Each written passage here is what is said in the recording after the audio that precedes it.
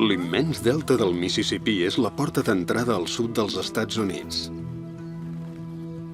I comencem el viatge a través de Louisiana. Sempre arribes amunt del Mississipí cap a Nova Orleans, la capital del jazz. Terres endins s'hi estenen les grans plantacions de canya de sucre i les luxoses mansions dels seus antics propietaris. Carreteres espectaculars travessen els aiguamolls del Mississipí, que en el passat havien estat l'impenetrable amagatall de molts individus. I també hi trobem els únics cowboys dels Estats Units que han parlat francès fins avui.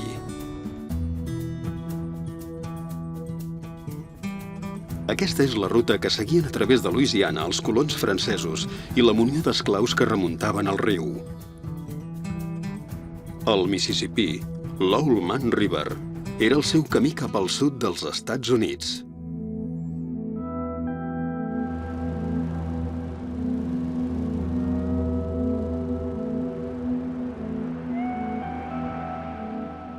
Rutes de somni pels Estats Units.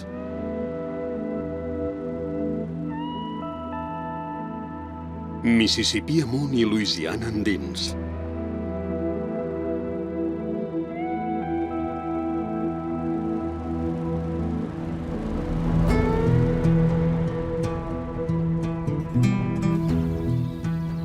En Ryan Lambert s'ha criat amb el riu. En coneix les olors, les remors, les rauxes, les aigües bones i les perilloses. I també coneix totes les bèsties que, com ell, fan vida riu amunt i riu avall. Som a la boca del Mississipí. És l'estuari més gran de tota l'Amèrica del Nord. Aquí el riu desguassa el golf de Mèxic. En el seu curs, s'eixampla pels aiguamolls i ha format un estuari magnífic. Tots els sediments que escampen aquestes aigües són or pur per la terra. Arreu on arriba la vista, hi trobes un hàbitat natural fantàstic per tota mena d'animals i plantes. Una preciositat.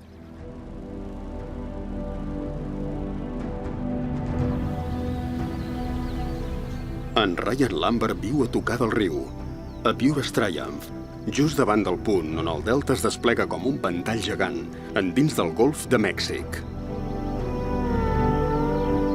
És una artèria vital per una infinitat d'espècies d'ocells, martinets grisos i blancs, corbs de mar, pelicans.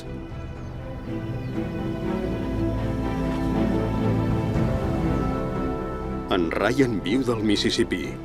Lloga bots de pesca equipats per a aficionats i esportistes, per tal que el riu mantingui l'equilibri com a ecosistema, i posa barreres i sorrals que alenteixen el curs de les aigües i en preserven la flora i la fauna.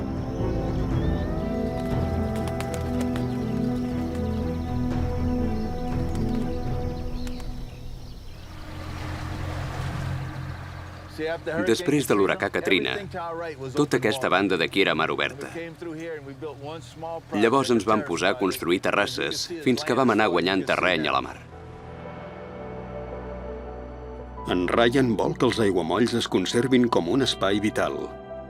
La munió de petites illes que ha ajudat a construir funcionen com una mena de dics. En conjunt, formen una xarxa gegantina que aguanta l'embat del corrent i de les marees. És així com es pretén protegir millor l'extrem sud de Louisiana, incloent-hi la gran ciutat de Nova Orleans, de les grans inundacions. En ben poc temps, com veieu, hem aixecat terrasses per tot arreu, que fan que les aigües baixin més lentes. I a hores d'ara tenim petits bancs de sorra que s'han anat formant naturalment i ha anat creixent-hi vegetació. És a dir, que la cosa funciona.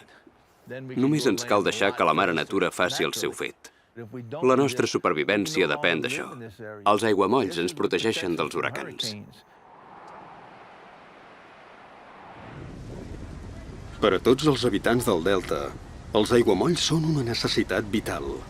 La biodiversitat depèn de l'equilibri general de la natura. El primer punt de terra que s'albira des de la mar és Venice Marina, d'on surten els bots de pesca i els iots de pescadors esportius. I aquí arrenca també l'autopista 23. Ara us porto a un poblet de mariners al capdavall del riu. Aquí hi ha molt de moviment de pescadors. Ara mateix arriben carregats de tonyines. Tothom es posa a netejar el peix.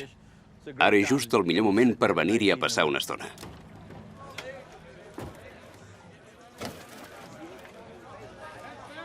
La major part del peix que porten és tonyina d'aleta groga, que pot arribar a pesar 80 quilos. A Venice Marina la descarreguen i la preparen per al transport cap a Nova Orleans i més enllà. Els aiguamolls i el delta són rics en fauna de mar i de terra. Fins i tot s'hi cacen senglars, que també van a parar a les cuines de Nova Orleans.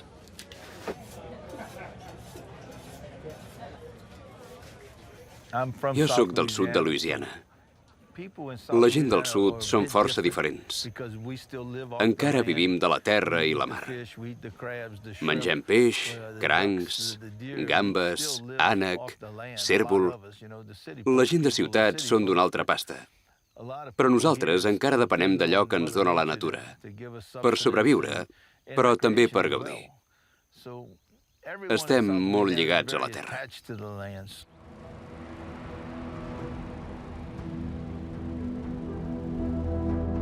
El Mississipí és una gran via de transport per als vaixells de càrrega que van a Nova Orleans. Antigament, quan encara no hi havia cotxes, el riu era l'únic camí per a qui viatjava de la mar fins a la primera gran ciutat dels Estats Units.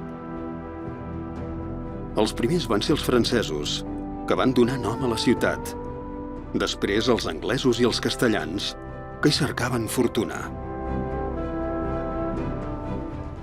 I la gernació d'esclaus que, no pas de bon grat, van pujar riu amunt, van perdre-hi la llibertat i també li van donar nom, Old Man River.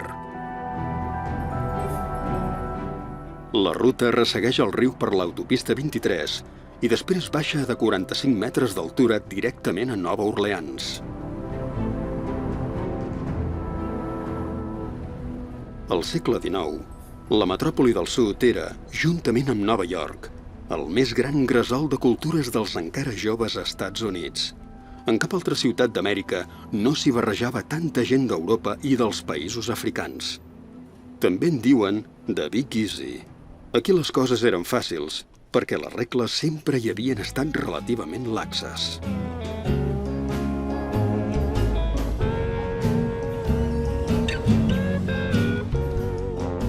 El poti-poti de costums i de cultures també ha arribat als fogons de la ciutat.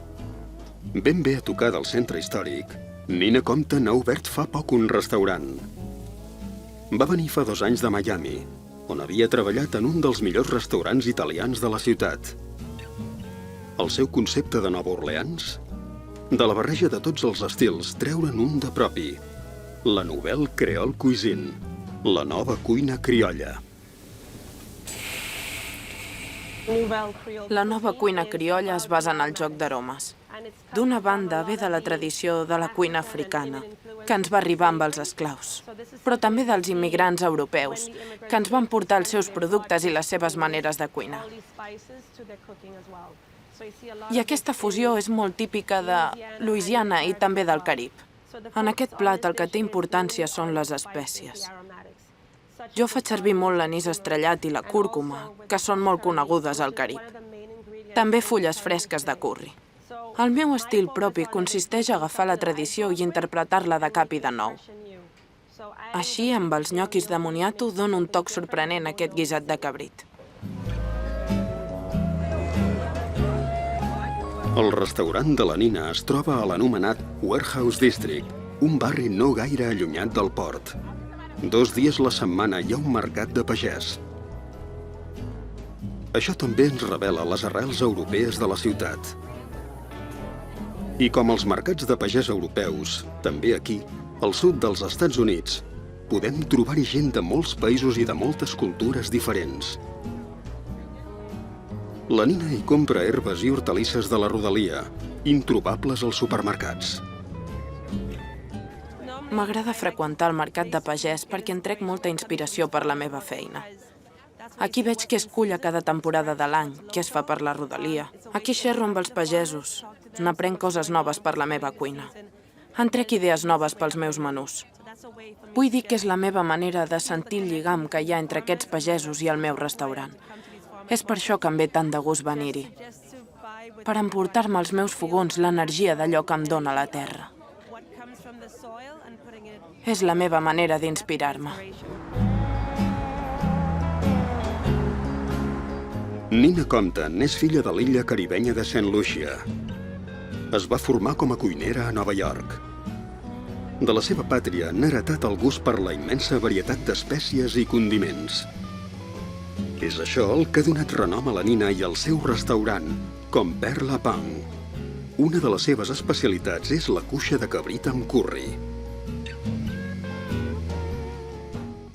Sempre m'ha agradat molt cuinar, perquè cuinar és una cosa molt personal. Allò que hi ha al plat és una cosa que surt de tu. Quan veig com gaudeixen els clients amb els meus plats, em sento feliç, i això és el que em dóna força. Al començament no li va ser fàcil d'importar a Nova Orleans el seu concepte de nova cuina criolla. Aquí la idea que se sol tenir de la cuina criolla és una gran perolada de carn, botifarra i aviram. La Nina ha fet de la seva cuina allò que sempre ha estat la ciutat de Nova Orleans, un gran gresol de cultures. Els seus col·laboradors de cuina són d'Hondures, de Veneçuela, de Cuba i de Santo Domingo. De manera que en aquest restaurant francès d'una ciutat nord-americana s'hi parla sobretot en castellà. La gent d'aquí s'apassiona pel menjar.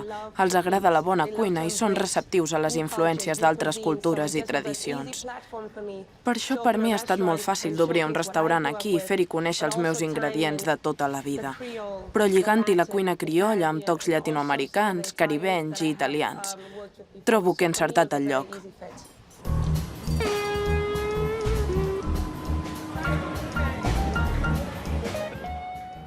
La Nina no està sola en el seu amor per Nova Orleans. Més de 10 milions de visitants inunden cada any la ciutat, on antigament hi havia el barri xino més gran dels Estats Units. Aquí va néixer el jazz abans de triomfar arreu del món, i aquí es va criar Louis Armstrong. El jazz, el so dels estats del sud, és un invent de Nova Orleans.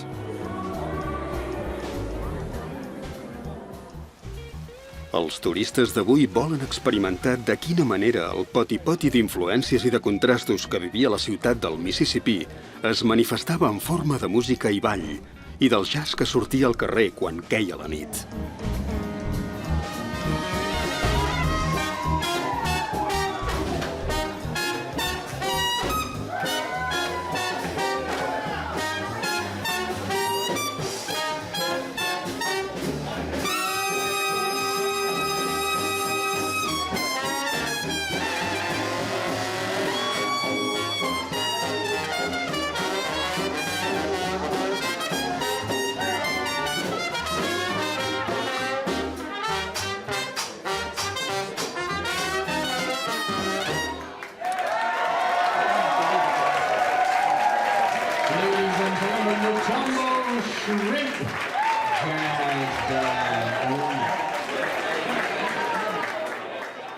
El jazz i Nova Orleans viuen encara avui de la potència que els esclaus d'antany van donar a la música i que aleshores era inaudita per a les orelles dels europeus. El jazz, el port i les tavernes, tots tres junts van fer de Nova Orleans una llegenda.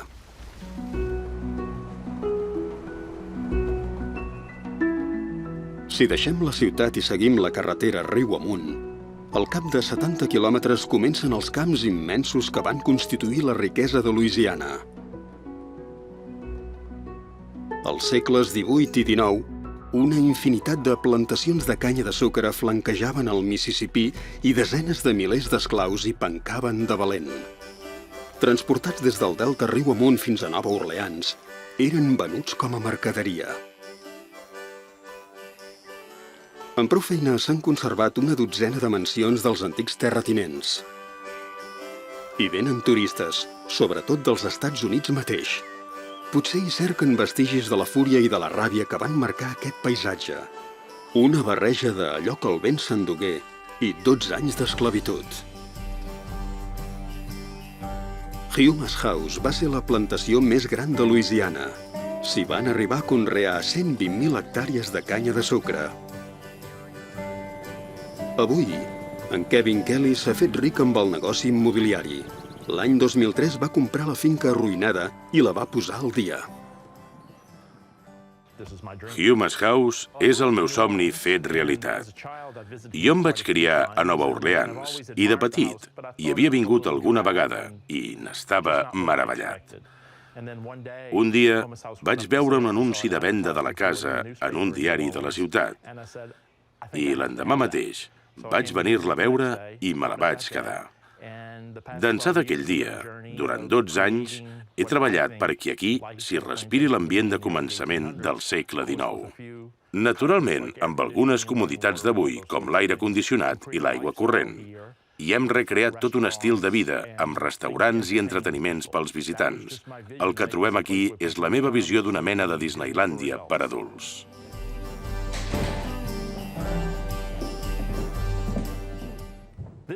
Aquest és el clàssic menjador del XIX. És així com vivien els terratinents de l'època. Aquest és el saló de les dames, la sala de música. Les senyores s'hi aplegaven a prendre el te i a xerrar de les seves coses.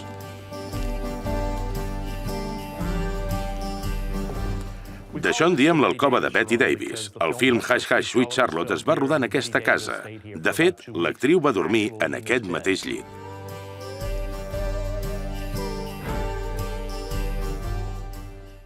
I aquí som al meu dormitori. Els meus dos gossos i jo vivim aquí. En aquest coixí hi diu: l'únic parent que pots triar és el teu gos. És el meu espai personal. Obrim la casa als visitants cada dia de 9:45 del matí fins a les 8 del vespre. Tothom ho pot veure tot, el meu dormitori, el meu despatx, en fi, com viu l'amo de la casa.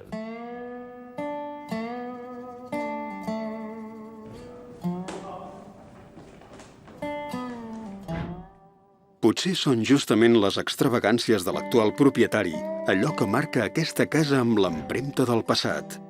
Si en Kevin Kelly té casa seva oberta a tothom, és perquè simbolitza també la història de Louisiana, incloent-hi la cara fosca d'explotació i esclavatge.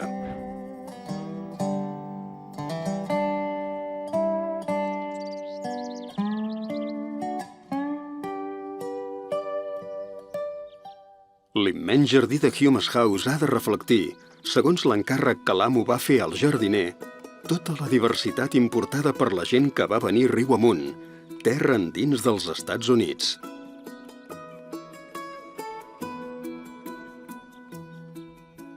El jardí de Humes House no té parió en tot Louisiana. Conté una infinitat de canals artificials, petits estanys, fonts i glorietes. I hi viuen més de 10.000 flors. Tot concebut i projectat com una gran obra d'art. El gran artista d'aquest jardí es diu Craig Black. Quan va aparèixer en Kevin, de cop i volta vaig tenir l'oportunitat i els recursos per crear un jardí de primera categoria mundial. Jo m'hi havia passat 28 anys aguantant les coses amb una sabata i una espardenya. En Kevin no volia un jardí que fos com una mena de museu. La seva visió era la de crear un espai on la gent vingués a passejar i gaudir d'una bona estona. Amb 8 col·laboradors, en Craig recrea cada 6 mesos un nou jardí d'alguna banda del món, reflectint-hi l'estil de cada cultura o de cada país. El jardí paisatgístic a l'anglesa enfront del jardí a la italiana. Un poti-poti de colors, una varietat de flors d'arreu. Els terratinents del segle XIX feien grans viatges. Voltaven per Europa, per Àsia, per Àfrica, i en tornaven amb idees noves pels seus jardins. Nosaltres reprenem aquesta tradició. Treballem per oferir als visitants aquelles plantes, aquelles glorietes, aquelles estàtues que haurien pogut veure en altres èpoques.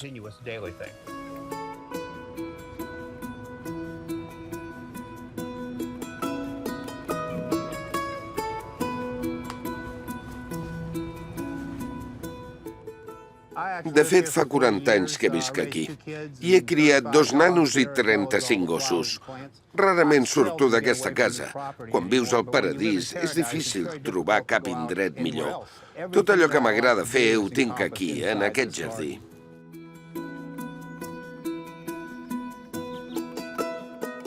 Això no és un jardí normal i corrent, sinó una missió. Una lluita perquè els esperits benèfics del present derrotin les tenebres del passat. Deixem enrere l'antiga mansió que havia dominat 120.000 hectàrees de canya de sucre i tirem riu amunt cap a Baton Rouge, la capital de Louisiana.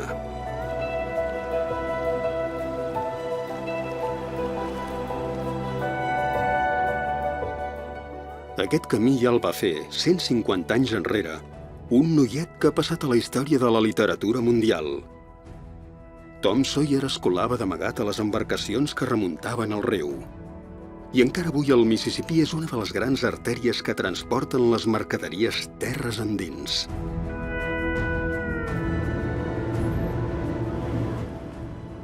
Poc abans de Baton Rouge, travessem l'immens riu amb un dels pocs ferris que encara funcionen.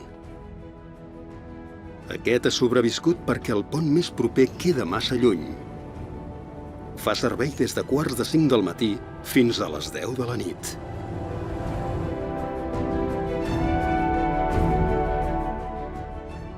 El comanda el capità Michael Cavading. Quan va començar, era el capità més jove de tot el Mississipí. D'aquest riu que pot arribar a ser tan arrauxat i que amaga tantes històries dramàtiques i tenebroses. Uns quants anys enrere, el riu anava tan crescut que vam haver de tancar perquè l'aigua sobreeixia dels dics. Era l'huracà Katrina. Jo vaig veure amb els meus propis ulls com l'aigua pujava 7 metres en 8 hores. El Mighty Mississippi té aquestes coses. El poderós Old Man River va fer un tomb en la vida de Michael Cavading. Als temps de Tom Sawyer, els seus avantpassats van remuntar el riu per força. A ell, en canvi, li va salvar la vida. El riu ho és tot per mi. Em va canviar la vida. I treballo d'ençà del 1998 i des del 2002 soc capità dels Louisiana State Ferries. De jove portava una mala vida. Soc dels barris baixos de Nova Orleans i em dedicava a vendre droga. Ho vaig deixar per entrar en una plataforma petroliera. El meu cap gairebé ni en parlava, però un dia em va dir: «Noi, no tens estudis? Treu-te algun títol, que ets massa jove per a aquesta feina». Llavors em vaig buscar una feina que em deixés temps per estudiar. De nits treballava al riu i de dies anava a classe. I em vaig enamorar del riu. T'hi pots guanyar prou bé la vida, i així és com de ben jove vaig ser capità.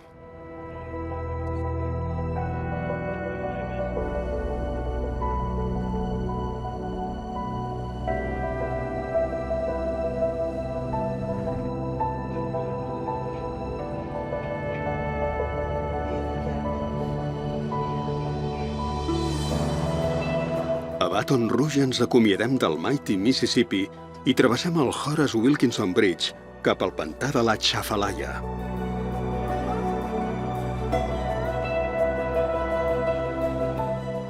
En aquest tram, la Interestatal 10 és una de les autopistes més boniques dels Estats Units.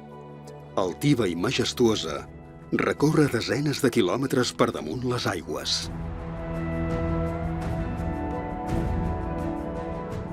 La Atchafalaya és el pantà més gran del Mississipí. Uns aiguamolls que fins poques dècades enrere eren densament poblats de xiprers que creixien arrelats sota les aigües. Els aiguamolls eren un paisatge irreal i impenetrable. Fins al punt que molts fugitius o perseguits hi trobaven un magnífic amagatall. A partir de la segona meitat del segle XVIII van ser els colons d'origen francès, foragitats de l'actual Canadà pels anglesos.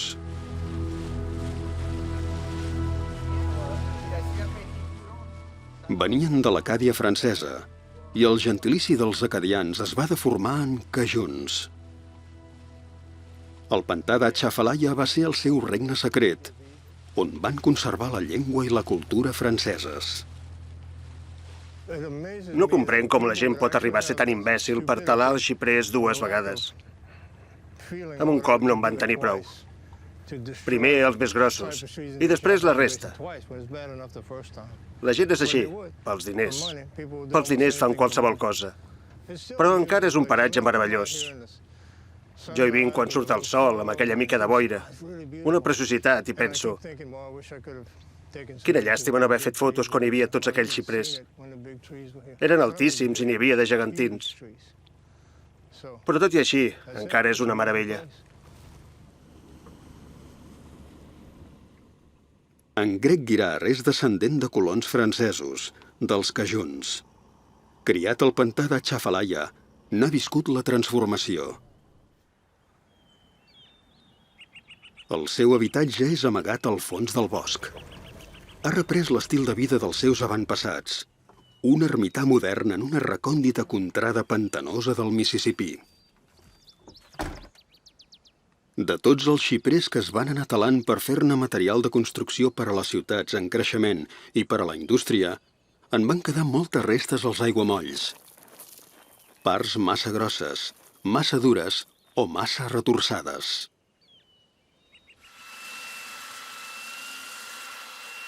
En Greg va guardant a casa seva tots aquells troncs rebutjats. Aquí els deixa reposar durant anys, fins que els converteix en taules que en conserven els contorns capritxosos de quan vivien els aiguamolls.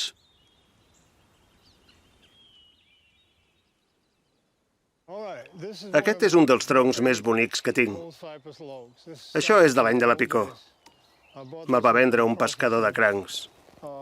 És massís, es nota només de picar-hi. Compto que fa uns 2 metres de diàmetre. El problema que tinc és trobar una serra prou grossa per tallar-lo. Ja no en queden de troncs tan immensos. Abans se'n veien més, i fins i tot de més grossos. Però vaja, aquest tampoc puc dir que sigui petit. Voldria fer-ne una taula de menjador. 2 metres d'ample, d'una sola peça. Això no es veu cada dia. La tallaré de 7 o 8 centímetres de gruix i vinga a polir amb sorra, vinga a polir, vinga a polir. Aquesta fusta tan oliosa és un tresor. I la taula farà servei als meus nets i als nets dels meus nets. És una fusta dura com una roca. Les obres d'art d'en Greg tenen la pàtina de l'antiguitat. El fet que provinguin de vells troncs abandonats en uns aiguamolls perduts en un racó de Louisiana les fa especials i els dona el valor de peces de col·leccionista. Aquestes peces ja estan llestes. Són de xiprers submergits. Algunes són més vermelloses que d'altres. De vegades les faig no tan brillants, però hi ha molta gent que ho volen ben brillant, com ara aquesta d'aquí. Em penso que aquesta la deuran penjar a la paret, perquè no se'n pot pas fer una taula. Això ja és la darrera fase, capa de vernís i llestos. I vet aquí el que faig, potser fins al dia que em mori. Viure en aquest racó, els aiguamolls de la Chafalaya, és tot un repte. Tothom qui viu en aquest ecosistema ja s'hi ha passat anys i panys. I tots es coneixen entre ells. En Greg navega amb en Roy cap a aquell racó irreal dels xiprers abandonats. Com de costum, van a recollir-hi restes de fusta rebutjada. Aquí tothom es desplaça en barca, sigui per anar a pescar o bé per anar a comprar. Fa cosa de 2 anys vaig trobar-hi 3 troncs ben grossos. Tots 3 gairebé junts, ben massissos, com tu els vols. Parlen un francès ferreny, el dialecte dels cajuns, que no ha variat en 150 anys. Guaita, allà a mà dreta. Aquell no està malament. És força llarg. No sé pas si és massís, però és ben llarg. Fins que no el tens a la serradora, no pots saber com té la fusta. No es pot saber. Mira aquest que surt per aquí. És més gros, aquest? I aquest altre farà bona fusta?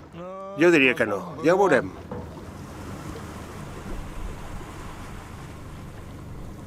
Temps enrere, en Grec havia treballat de mestre a la ciutat de Lafayette.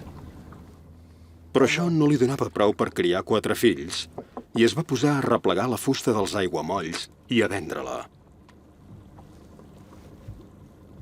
Entremig dels xiprers dels aiguamolls, llavors encara s'hi podien pescar peixos de mida humana, els silurs. I molta gent vivia dels crancs de riu d'aquest país cajunt, que avui tornen a ser tan apreciats. I de cocodrils, en veus? Oh, i tant, n'hi ha molts. Han vingut tots pel pantà, des del bosc. Allà gairebé no hi queda gens d'aigua.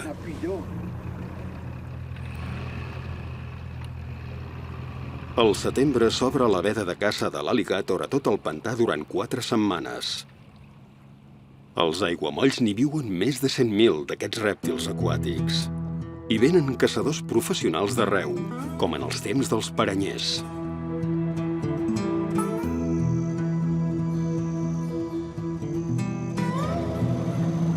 En Jot Miquer és un paranyer modern. Ve de la riba oest del pantà. Nom anglès, cognom francès. Això el delata com a descendent de cajuns. Amb el seu hidrolliscador surt a caçar. Caça tot allò que es permet caçar al pantà de la Chafalaya. L'autoritat dels espais naturals intenta que les reserves d'al·ligàtors es mantinguin estables. Per això concedeix una petita quota a cada zona. Aleshores s'aixeca la veda. I en acabat, a l'octubre, els rèptils supervivents poden respirar tranquils.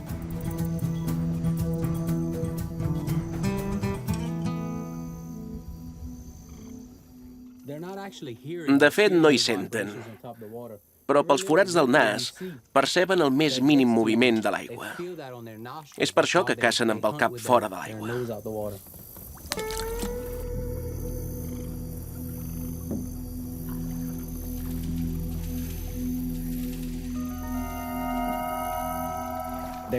S'acosten per comprovar si hi ha res per menjar. Són predadors oportunistes.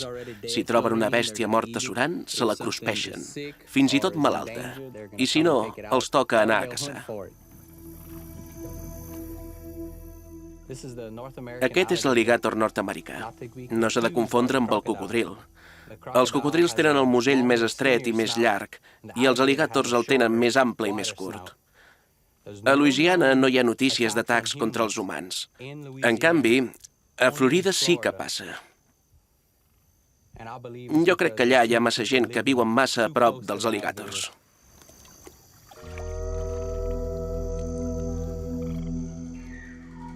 Caçador i caçat s'han fet amics. Es busquen l'un a l'altre, se saluden. Pocs s'ho pensen els al·ligàtors, que aquesta amistat podria acabar-se tan bon punt s'aixequi la veda. Són les meves mascotes.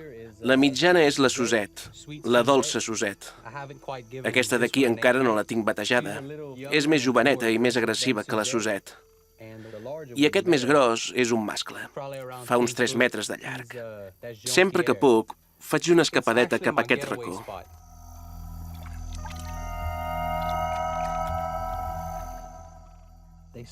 Un dia vaig veure que em buscaven, i al cap d'un temps els veia tan calmats que vaig començar a tocar-los, suaument, sense fer cap gest agressiu.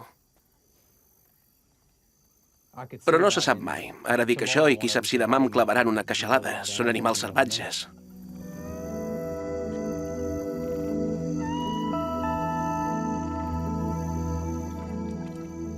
El paisatge dels aiguamolls sembla tret d'un conte de fades, ni que sigui de fades maltractades. Durant més de 100 anys, el món els va donar l'esquena. Els seus habitants hi viuen des de fa generacions, però cada dia n'hi queden menys. La gent jove s'estima més la vida de ciutat.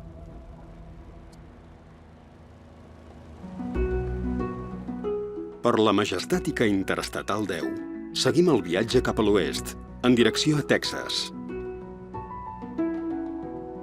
Ens anem allunyant dels aiguamolls del Mississipí i del pantà de la Chafalaya. Els dics que voregen el pantà serveixen, com a tot arreu, per protegir les explotacions agràries. Abandonem definitivament els camps de canya de sucre. Ara la terra és més eixuta. Ara el paisatge és fet de pastures i de plantacions de soja.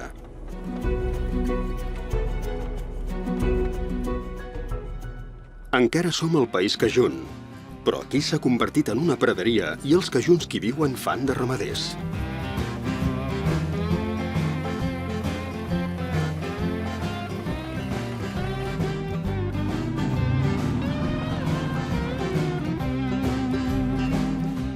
A 30 milles al nord de Lafayette, a la petita ciutat de Eunice, viu en Gino de la Fus. Nom anglès, cognom francès. És descendent de criolls, de sang europea i africana. En Gino és ramader i també canta en francès i toca l'acordió. Doncs sí, aquí, enmig de la praderia dels estats del sud, hi trobem un obrador on es parla en francès i es reparen acordions. Hola, Gino. Mr. Junior, bon dia. Com està? Què fas per la porta de darrere? Com és que no entres per davant? Aquesta nit no he dormit a casa. Oui, oui. Oui, vous aussi, comment vous sent aujourd'hui, c'est bon?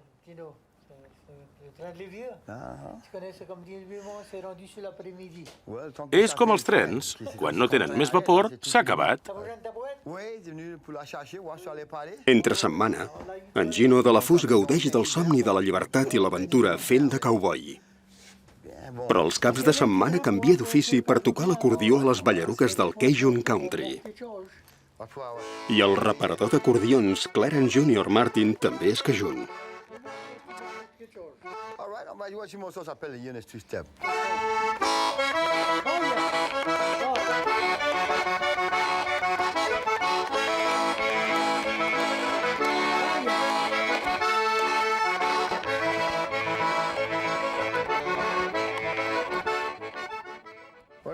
Jo toco dos tipus de música, la música cajun i el zaidaku. De fet, estan molt emparentades. El zaidaku té més influència del blues i la música cajun en té més del country. Les toquem totes dues i les barregem. És a dir, que posem un xic de zaidaku a la música cajun i un xic de música cajun al zaidaku. Gairebé tot el que toco és d'estil tradicional i tot cantat en francès. Merci.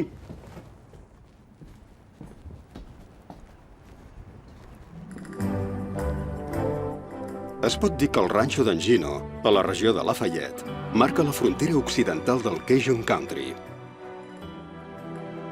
En Gino cria uns 250 caps de bestiar cada any. Viu tot sol al ranxo amb el bestiar. De família no en té. Jo sempre havia volgut ser cowboy. De nano ja anava sempre amb botes de cowboy i duia un barret de cowboy. El meu pare m'havia comprat un poni Shetland i tot el dia muntava el poni amunt i avall. Després en vaig tenir un de més gros i més endavant un cavall. Quan vaig ser més grandet vaig començar a ser una mica conegut per la música, però llavors em vaig tornar a interessar per la cria de bestiar, com el meu pare, fa cosa de 3 anys. I també, com el seu pare, en Gino va voler ser amo de si mateix. D'any en any, gràcies als ingressos de la música, ha anat engrandint el ranxo comprant o llogant més pastures.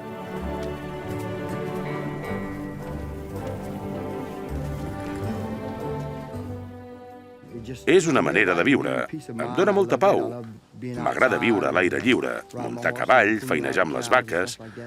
Em permet dedicar-me a la música i viure amb tranquil·litat. En Gino té una història complicada. És descendent d'esclaus francòfons, alliberats quan Louisiana encara era una colònia francesa. De manera que la cultura cajun li corre per les venes, tot i no tenir avantpassats directes francesos. Del seu pare en va aprendre les cançons dels cajuns, les chansons i la música dels criolls, que es transmet de generació en generació.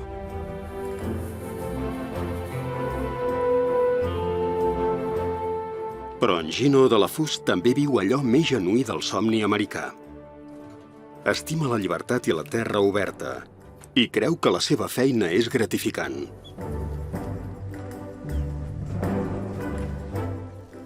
He voltat per tots els Estats Units i em conec tot Louisiana, però no hi ha cap indret tan bonic com aquesta praderia del Cajun Country.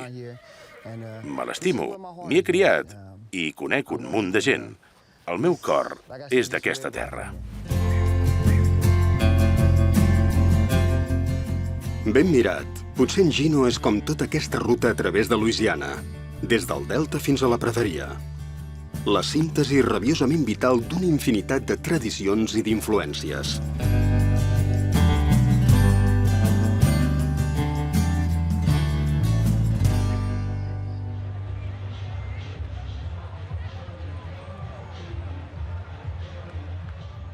Cada divendres al vespre surt amb la camioneta i l'acordió. Durant el cap de setmana, en Gino i la seva banda fan 6 concerts. Entre Baton Rouge i Lafayette, s'han anat fent un nom amb la potència de la seva música Zydeco.